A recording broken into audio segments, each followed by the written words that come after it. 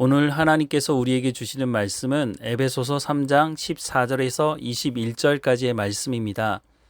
함께 읽겠습니다. 이러므로 내가 하늘과 땅에 있는 각 족속에게 이름을 주신 아버지 앞에 무릎을 꿇고 비노니 그의 영광의 풍성함을 따라 그의 성령으로 말미암아 너희 속사람을 능력으로 강건하게 하시오며 믿음으로 말미암아 그리스도께서 너희 마음에 계시게 하시옵고 너희가 사랑 가운데서 뿌리가 박히고 터가 굳어져서 능히 모든 성도와 함께 지식에 넘치는 그리스도의 사랑을 알고 그 너비와 길이와 높이와 깊이가 어떠함을 깨달아 하나님의 모든 충만하신 것으로 너희에게 충만하게 하시기를 구하노라. 우리 가운데서 역사하시는 능력대로 우리가 구하거나 생각하는 모든 것에 더 넘치도록 능히 하실 이에게 교회 안에서와 그리스도 예수 안에서 영광이 대대로 영원 무궁하기를 원하노라. 아멘.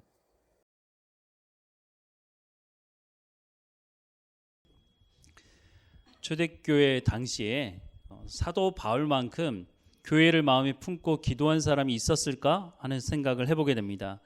왜냐하면 사도 바울은 자신의 생명의 위협을 받아가면서 복음을 전했고 하나님 말씀을 가르쳐서 지도자들 세우고 교회를 세웠기 때문입니다. 그런데 이 정도로 자신의 피와 땀을 들여서 교회를 세웠다면 교회에 대해서 내가 이런 지분이 있지 않느냐라고 주장할 법도 한데 사도 바울이 정말 그랬나 하는 생각을 해봅니다.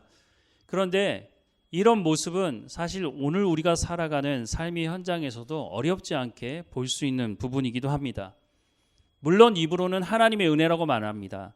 하나님의 은혜로 우리가 여기까지 와 있고 성장했다라고 말은 하는데 막상 뚜껑을 열어보면 우리 부모가 여기를 개척했고 또 내가 이 교회에 오래 다녔기 때문에 내가 주인 의식을 가지는 건 좋지만 주인 의식을 가지는 것을 넘어서서 이것이 우리 것이다라고 주장하는 사람들을 어렵지 않게 볼 수 있다는 겁니다. 물론 그 사람들도 입으로는 그렇게 말합니다. 내가 교회를 사랑하기 때문이라고. 그런데 그것이 정말 교회를 사랑하는 걸까요? 교회를 사랑하는 것이 아니라 이것은 탐욕으로부터 시작된 병적인 집착이라고 할 수 있는 겁니다. 예수님께서 말씀을 전하실 때에 예수님의 말씀을 가장 가로막았던 사람들이 어떤 사람이었습니까? 대표적인 사람들이 서기관, 바리새인들이었습니다. 마태복음 15장에 보면 제자들이 떡을 먹을 때 손을 씻지 않고 먹는 문제를 시비를 거는데 왜 당신들의 제자들은 장로의 전통을 따라서 손을 씻지 않고 먹느냐라고 그렇게 시비를 겁니다. 그때 예수님께서 이렇게 말합니다. 아니 너희들이 말하는 그 전통이 하나님의 말씀보다 앞설 수 있느냐라고 말씀하면서 조금 더 충격적인 말씀을 하시는데 마태복음 15장 12절에서 14절 말씀을 보면 이에 제자들이 나와 이르되 바리새인들이 이 말씀을 듣고 걸림이 된 줄 아시나이까? 예수께서 대답하여 이르시되 심은 것마다 내 하늘 아버지께서 심으시지 않은 것은 뽑힐 것이니 그냥 두라. 그들은 맹인이 되어 맹인을 인도하는 자로다. 만일 맹인이 맹인을 인도하면 둘이 다 구덩이에 빠지느니라 하시니라고 말씀을 하고 있습니다. 서기관과 바리새인들이 이 말씀을 듣고 상당히 충격을 받았을 거라고 생각이 듭니다. 왜냐하면 이 사람들은 우리는 선택된 사람들이고 다른 어떤 사람들보다 우리의 믿음이 정말 좋다라고 스스로 그렇게 믿었던 사람들이었기 때문입니다. 그런데 지금 예수님이 뭐라고 말씀하시느냐 하면 너희가 하나님의 말씀보다 장로들의 전통, 자기들이 하나님 말씀을 더 잘 지키려고 했던 그 마음은 알겠는데 하나님의 말씀을 듣고 순종하기보다는 자기들 나름대로의 규칙과 규정을 만들어 놓고 그것을 하나님 말씀보다 더 우선시했다는 것을 예수님 지적하시는 것이죠. 그런데 예수님 조금 전에 읽었던 말씀에 보면 뭐라고 말씀하십니까? 그 사람들을 향해서 하나님께서 너희를 심지 않으셨다는 겁니다. 그리고 뽑으시겠다고 말씀합니다.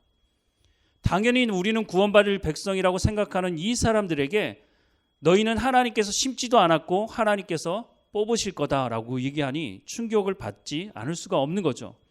그러니까 바리새인들 서기관들이 예수님을 죽이려고 한 그 모습이 여기에서도 볼 수 있게 되는 것입니다. 그런데 오늘날도 조금 전에 말씀드린 것처럼 이 교회는 내 거야 라고 생각하는 그런 생각을 하고 있다면 그것은 바리새인들과 서기관과 같은 똑같은 생각을 하고 있는 사람들이라고 하는 것입니다. 에베소서 말씀을 한 번이라도 읽어봤다면 오늘 이 시대를 살아가는 사람들이 그렇게 말할 수 있을까 싶은 생각을 합니다. 히브리서 6장 4절부터 6절에는 이런 말씀을 하고 있습니다. 한 번 빚을 받고 하나님의 은사를 맛보고 성령에 참여한 바 되고 하나님의 선한 말씀과 내세의 능력을 맛보고도 타락한 자들은 다시 새롭게 하여 회개하게 할 수 없나니 이는 그들이 하나님의 아들을 다시 십자가에 못 박아 드러내놓고 욕되게 함이라 라고 말씀하고 있습니다. 그런데 사도 바울은 앞에 말씀드린 것처럼 자신의 생명을 다해 교회를 세웠는데 그 교회들을 향해서 내가 지분이 있으니 이런 식으로 말한 적이 없다는 것입니다. 심지어는 사도 바울은 뭐라고 고백을 하느냐 하면 디모데전서 1장 15절 말씀에 미쁘다 모든 사람이 받을 만한 이 말이요 그리스도 예수께서 죄인을 구원하시려고 세상에 임하셨다 하였도다. 죄인 중에 내가 괴순이라 라고 말씀합니다. 죄인 중에 괴수라고 하는 이 말은 어떤 뜻이냐면 죄인들을 줄 세운다면 내가 가장 첫 번째 서 있을 사람이다 라고 말하는 것입니다. 바로 이런 날을 예수님께서 이 땅에 오셔서 십자가에 못 박혀 죽으시고 부활하시고 그것으로 끝내는 것이 아니라 나를 영원한 하나님의 나라로 부활시켜서 인도하실 것이라는 약속의 말씀을 주셨다는 것입니다. 그러니 자신이 생명의 위협을 받는 그런 상황에서 복음을 전했다 할지라도 내가 세웠다고 하는 교회를 내 주장을 하면서 내 소유가 있다라고 말할 수 없다는 것입니다. 전적인 하나님의 은혜라고 하는 것을 사도 바울은 에베소서뿐만 아니라 다른 여러 서신에서 말하고 있는데 특별히 에베소서 2장 8절부터 10절 말씀해 보면 너희는 그 은혜에 의하여 믿음으로 말미암아 구원을 받았으니 이것은 너희에게서 난 것이 아니요 하나님의 선물이라. 행위에서 난 것이 아니니 이는 누구든지 자랑하지 못하게 함이라. 우리는 그가 만드신 바라 그리스도 예수 안에서 선한 일을 위하여 지으심을 받았나니 자니 이 일은 하나님이 전에 예비하사 우리로 그 가운데서 행하게 하려 하심이라. 내가 구원받은 것은 전적인 하나님의 은혜지 내가 무슨 대가를 지불하고 구원받은 것이 아니라고 분명히 고백하고 있는 겁니다. 오늘 이 자리에 우리가 하나님 앞에 예배하러 모였는데 여기 있는 모든 사람들이 사실 이 고백을 하고 있지 않습니까? 전적인 하나님의 은혜라고.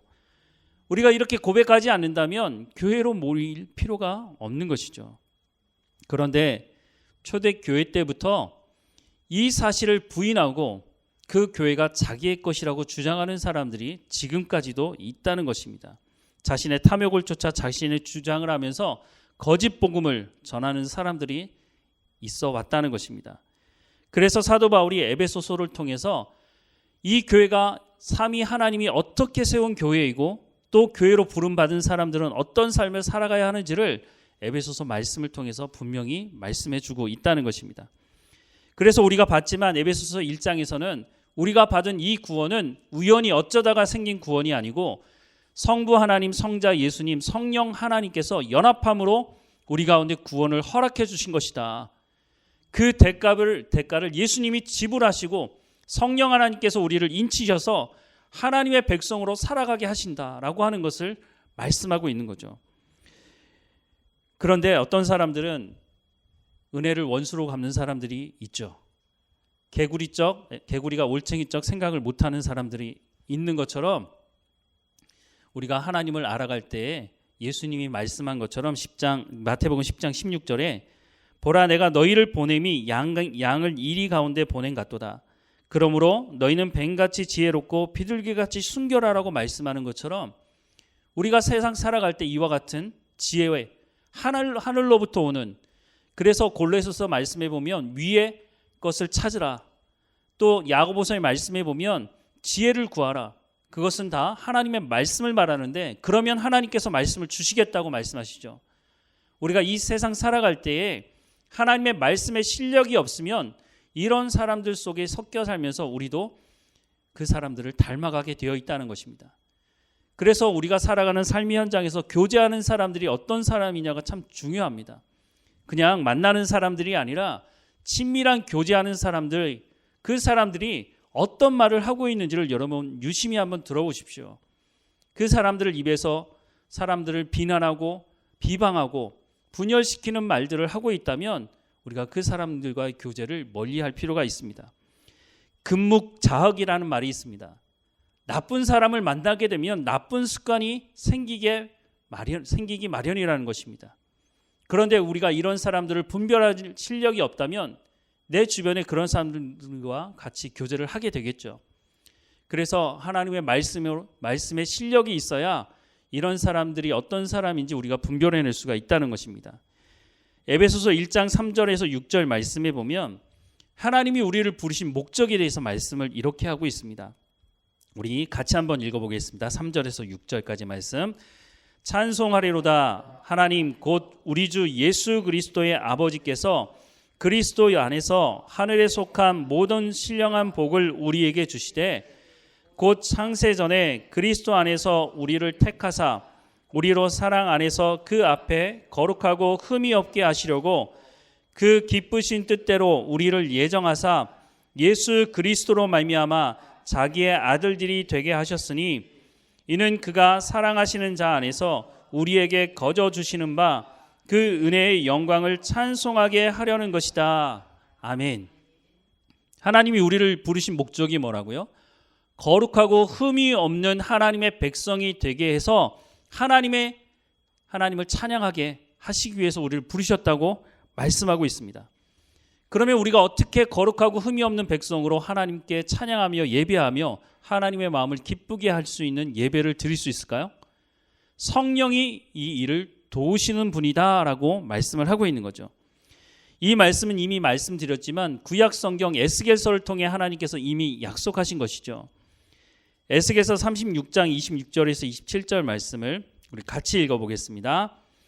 또 새 영을 너희 속에 두고 새 마음을 너희에게 주되 너희 육신에서 굳은 마음을 제거하고 부드러운 마음을 줄 것이며 또 내 영을 너희 속에 두어 너희로 내 율례를 행하게 하리니 너희가 내 규례를 지켜 행할지라. 아멘. 다시 한번 제가 읽어볼게요. 또 새 영을 너희 속에 두고 새 마음을 너희에게 주되 너희 육신에서 굳은 마음을 제거하고 부드러운 마음을 줄 것이며 또 내 영을 너희 속에 두어 너희로 내 율례를 행하게 하리니 누가 행하게 하신다고요? 새 영. 그게 누구죠? 성령님이시죠. 너희가 내 규례를 지켜 행할지라 라고 말씀합니다. 이 약속의 말씀을 예수님께서 받아서 예수님이 뭐라고 말씀하십니까? 내가 가면 보혜사 성령이 오실 것인데 그 성령이 구약 에스겔서에 말씀하시고 약속하신 것처럼 너희를 진리 가운데로 인도하실 것이다. 그리고 그 진리의 말씀을 깨달아 알게 하시고 너희의 삶에서 하나님 말씀을 듣고 순종하는 삶을 살게 하실 것이다 라고 말씀하셨죠. 이 말씀을 사도 바울이 받아서 에베소서 말씀을 기록하면서 1장 후반부에 그래서 성령을 달라고 약속하신 성령을 달라고 기도하는 것입니다. 에베소서 1장 15절부터 19절 말씀 우리 같이 읽어보겠습니다.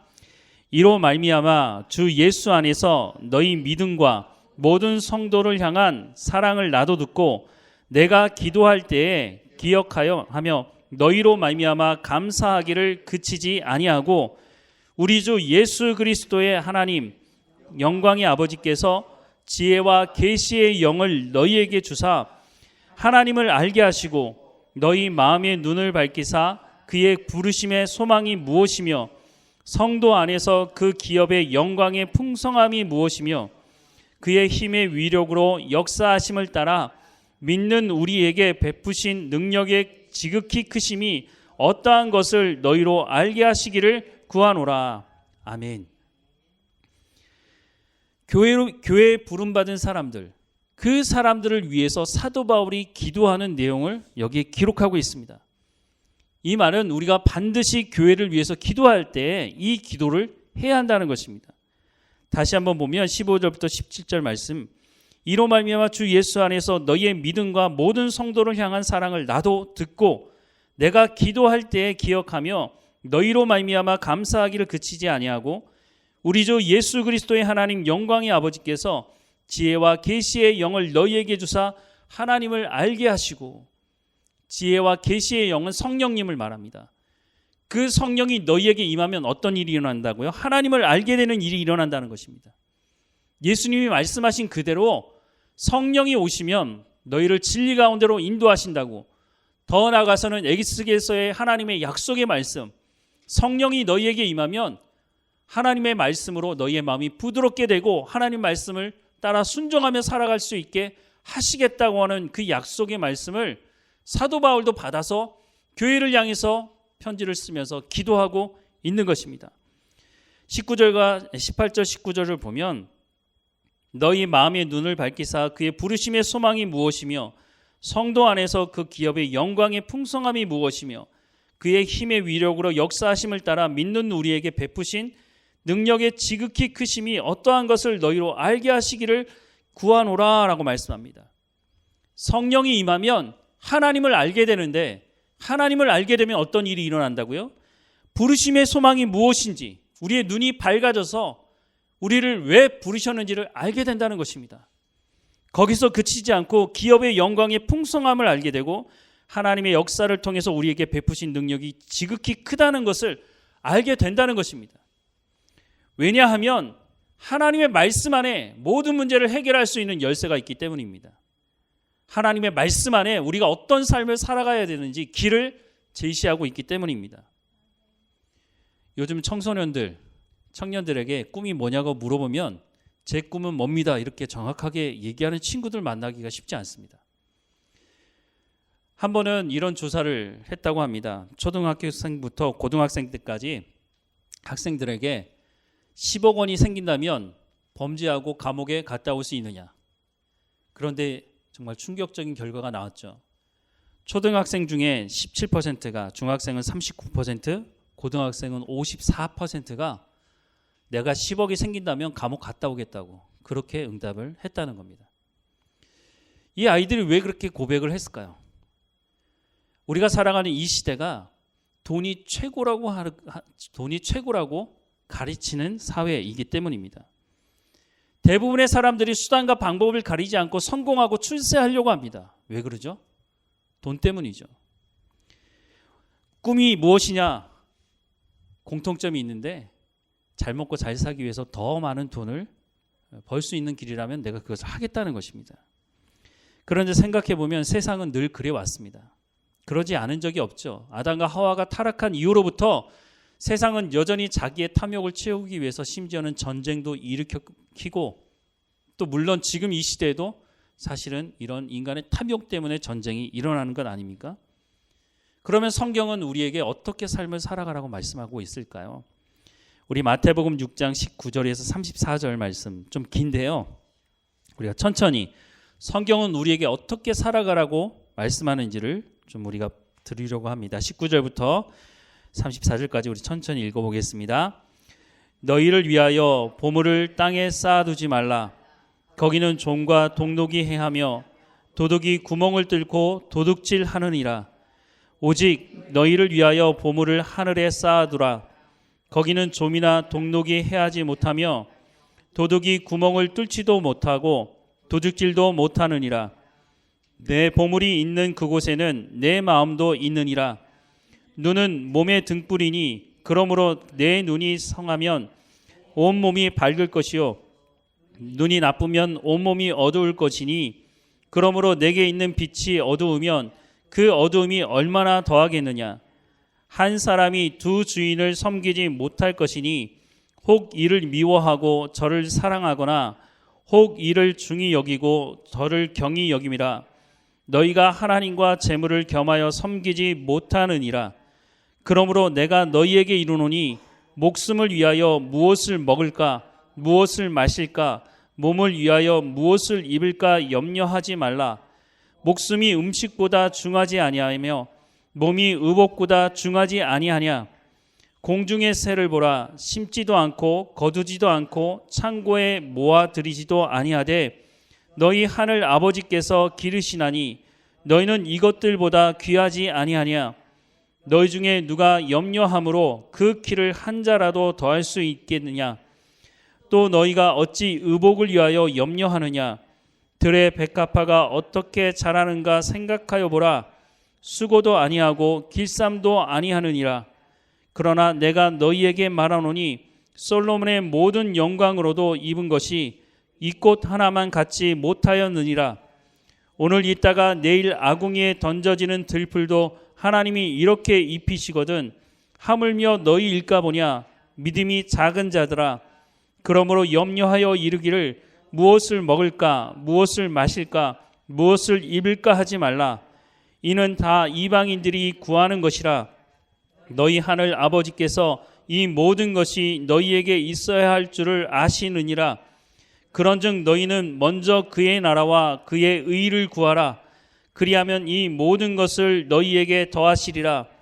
그러므로 내일 일을 위하여 염려하지 말라. 내일 일은 내일이 염려할 것이요 한날 괴로움은 그날로 족하니라. 아멘. 이렇게 살아가는 것이 그리스도인들의 삶이라고 말씀해 주고 있는 것입니다. 그런데 우리가 이 말씀을 처음 듣는 말씀은 아닌데 이 말씀대로 살아가기가 쉽지 않습니다.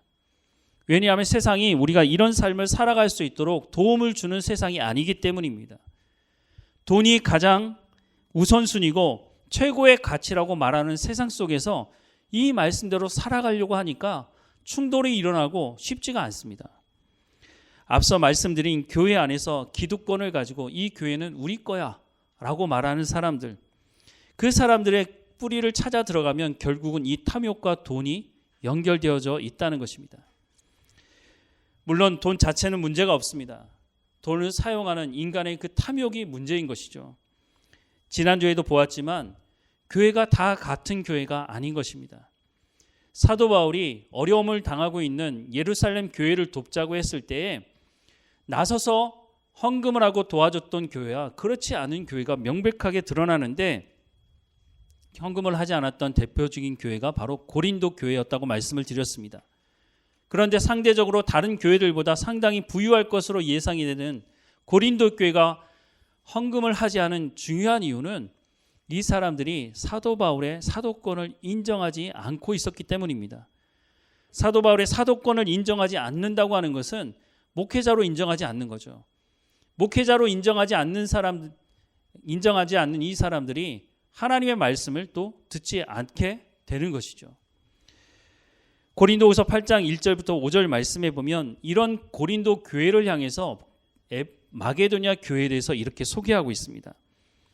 형제들아, 하나님께서 마게도냐 교회들에게 주신 은혜를 우리가 너희에게 알리노니 환난의 많은 시련 가운데서 그들의 넘치는 기쁨과 극심한 가난이 그들의 풍성한 연보를 넘치도록 하게 하였느니라. 내가 증언하노니 그들이 힘대로 할 뿐 아니라 힘에 지나도록 자원하여 이 은혜와 성도 섬기는 일에 참여함에 대하여 우리에게 간절히 구하니 우리가 바라던 것뿐 아니라 그들이 먼저 자신을 주께 드리고 또 하나님의 뜻을 따라 우리에게 주었도다라고 말씀을 하고 있습니다. 마게도냐 교회들이 넉넉해서 돈이 남아서 헌금했다고 말하고 있지 않습니다. 2절 말씀에 보면 환난의 많은 시련 가운데서 그들의 넘치는 기쁨과 극심한 가난이 그들의 풍성한 연보를 넘치도록 했다고 말하고 있습니다. 환난과 극심한 가난이 어떻게 세상적인 생각을 하자면 아니 가난한데 어떻게 헌금을 할 수 있느냐고 말을 해야 될 텐데 그렇지 않았다는 겁니다. 5절 말씀에 보면 우리가 바라던 것뿐 아니라 그들이 먼저 자신을 주께 드리고 또 하나님의 뜻을 따라서 우리에게 주었도다 말하고 있습니다. 이들이 이런 환난과 극심한 가난 속에서 헌금을 했던 중요한 이유는 하나님의 뜻이 무엇인지를 알았기 때문이라고 말씀하고 있습니다. 그러면 고린도 교회가 헌금하지 않은 이유는 뭡니까? 결국 하나님의 뜻이 무엇인지 몰랐다는 것입니다. 왜 하나님의 뜻이 무엇인지 몰랐을까요? 조금 전에 말씀드린 것처럼 사도 바울의 사도권을 인정하지 않은 겁니다. 목회자로 인정하지 않으니 그 사람이 전하는 그 하나님의 말씀을 듣지 않게 됐고 하나님의 말씀을 듣지 않으니 하나님의 뜻을 알 수가 없는 거죠.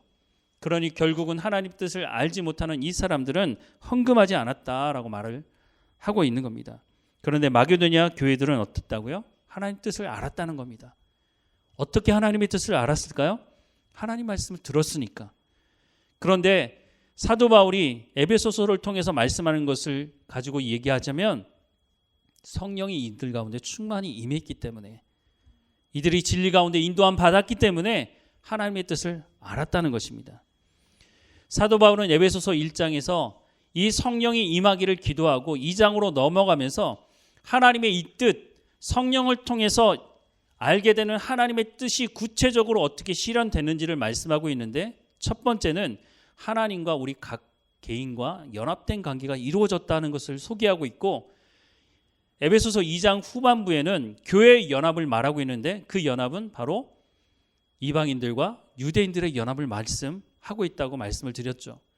지금 우리로 하자면 먼저 믿은 사람들, 그러니까 교회에 오래 다녔던 사람들과 이제 새롭게 신앙생활을 하는 사람들이 함께 연합된 관계를 이루어야 한다라고 하는 것을 말씀해 주고 있다는 것입니다. 그리고 에베소서 3장에 넘으면서 바로 이런 하나님의 뜻을 전하기 위해서 다른 사람들과 비교해서 지극히 작은 나를 하나님께서 부르셔서 말씀을 전하게 하셨다라고 하는 것을 말하고 있습니다. 그리고 나서 오늘 본문에 사도 바울은 또다시 기도를 하고 있습니다. 오늘 본문 14절부터 21절까지의 말씀 우리 같이 한번 읽어보겠습니다.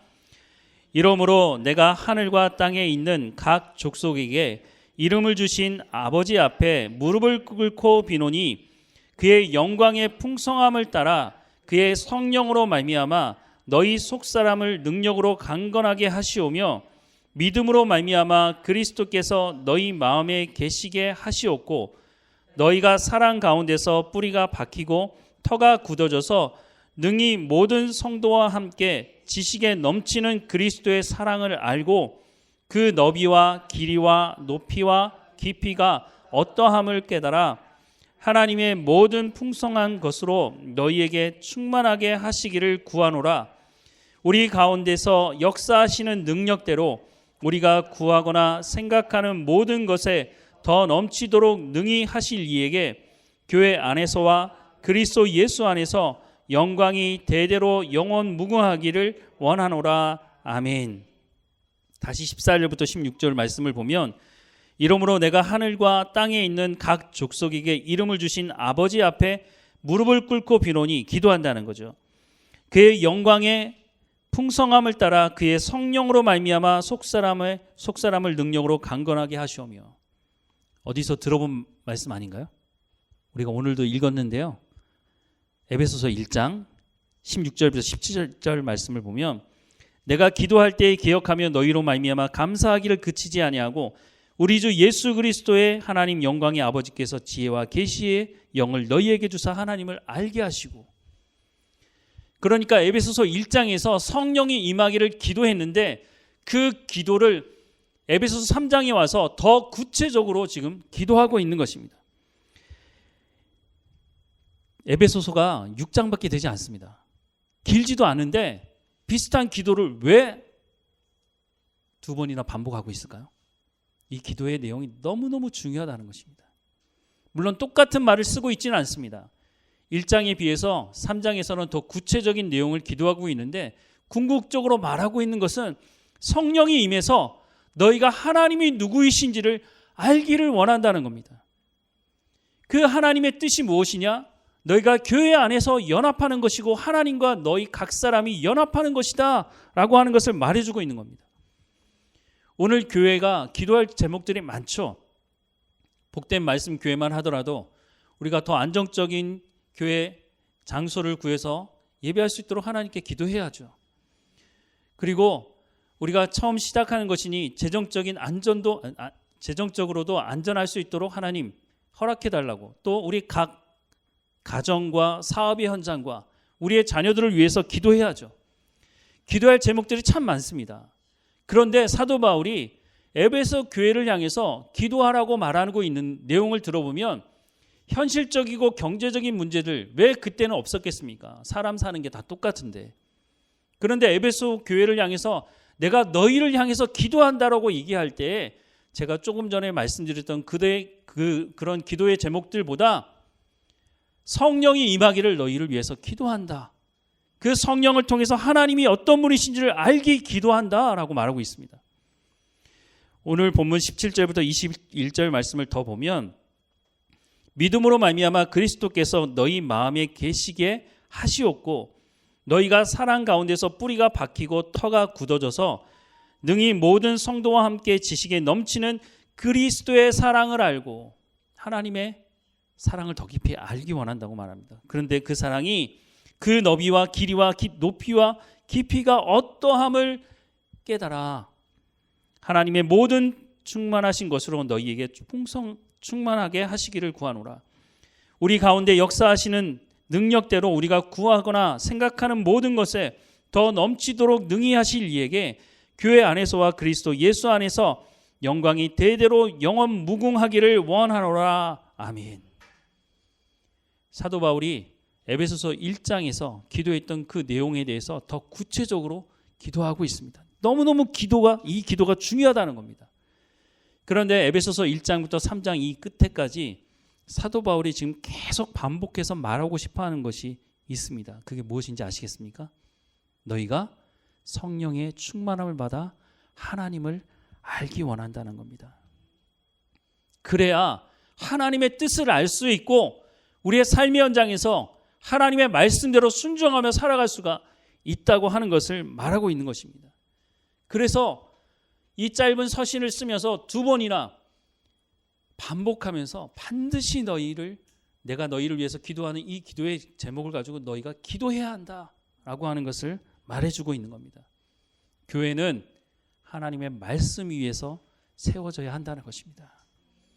교회는 이렇게 세워져 가야 한다고 말씀해 주고 있는 것입니다. 앞서 말씀을 드렸지만 사람들이 왜 교회를 이것은 내 거야 라고 하는 잘못된 생각을 하게 될까요? 하나님 말씀을 듣지 않기 때문입니다. 그러니까 자기의 생각을 가지고 바리새인과 서기관들이 왜 예수님을 대적하며 예수님의 모든 말씀을 트집 잡았습니까?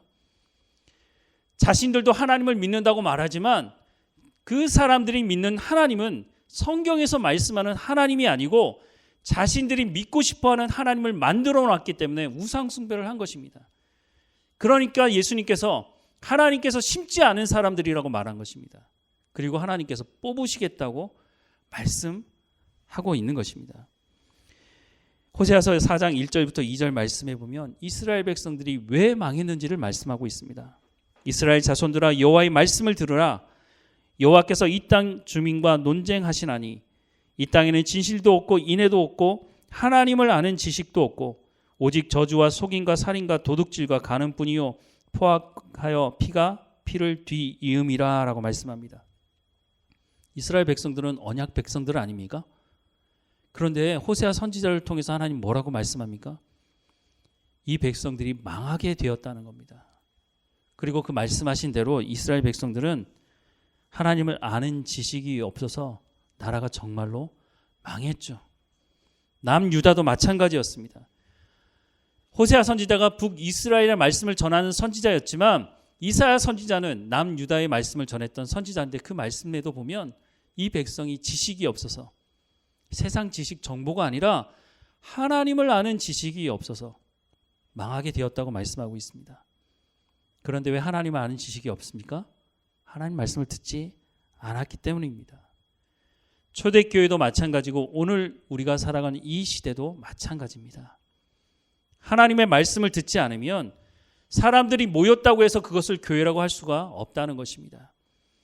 교회로 모였다고 한다면 하나님의 말씀을 듣고 하나님 말씀을 듣고 순종하는, 그래서 우리의 마음이 우리의 생각이 새로워져서 하나님의 말씀, 하나님의 뜻을 알고 살아가는 삶이 있어야 그것을 교회라고 할 수 있는 것입니다. 그래서 교회를 향해서 편지를 쓰면서 사도 바울이 성령이 임하기를 내가 기도한다. 그 성령이 너희로 하나님의 말씀 가운데로 인도하고 하나님이 누구이신지를 알게 하고 하나님의 뜻이 무엇인지, 하나님의 사랑의 그 깊이와 높이와 그 넓이와 그 모든 것을 알 수 있도록 하기를 내가 지금도 기도하고 있다. 그러니 너희도 그렇게 기도하라는 거죠.